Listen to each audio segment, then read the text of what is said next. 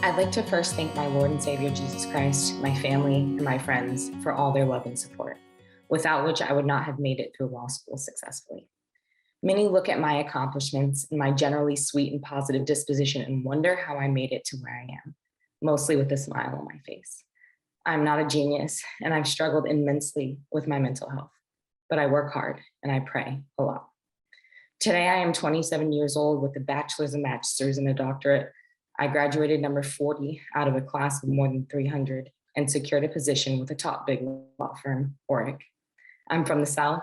My maternal grandfather had a third grade education, and I am the first lawyer on either side of my family. It's no secret that Black people make up less than 5% of all attorneys in this country. Black women are only a mere 2%.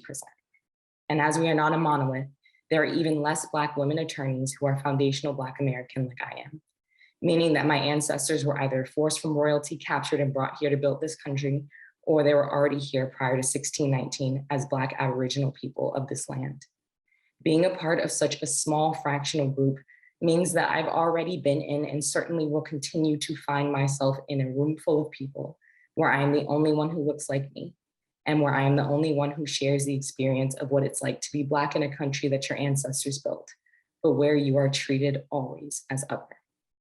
When I am in these rooms where it's just me, I often find solace inwardly by retreating to my thoughts. Sometimes they're somber. I wish there were more of us here. But for pervasive systemic racism, I know there would be more of us here. Sometimes they're angry, and I feel the heat rise in my body, and in these moments I know, but for my melanin, I would be bright red.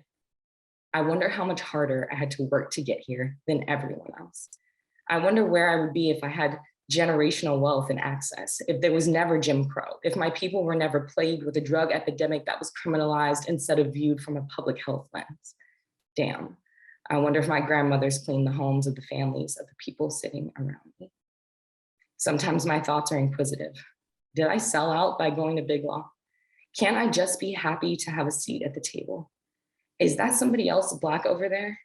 Oh wait, they work here. And sometimes still, my thoughts are reflective. I hope I'm making my ancestors proud. I pray I never forget where I come from. I wonder how often Michelle Obama and Ketanji Brown Jackson find themselves thinking these exact same thoughts. In these spaces, there's often a speaker.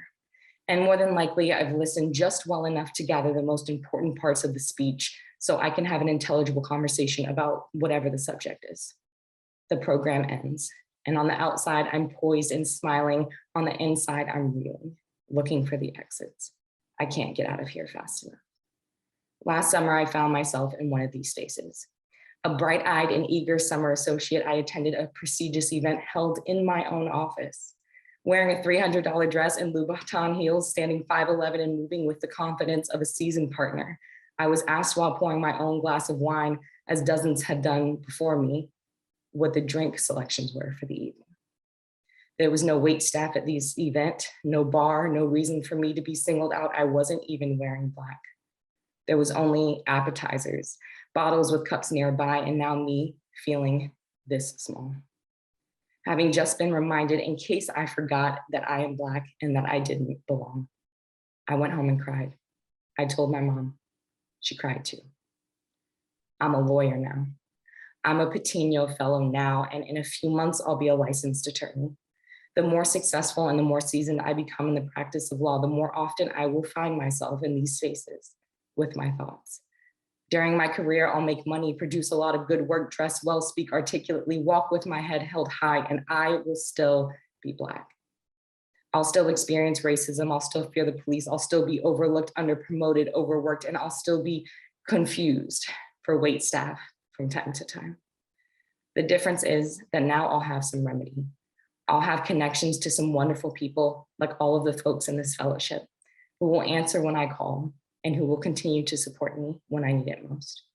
I'll have access to resources, and most importantly, I'll have skills that will allow me to fight within and outside the legal system to advocate for myself, for others who find themselves alone in a room full of people, for those whose dreams aren't big enough to imagine what that room even looks like, and for everyone who was ever made to feel less than. Thank you.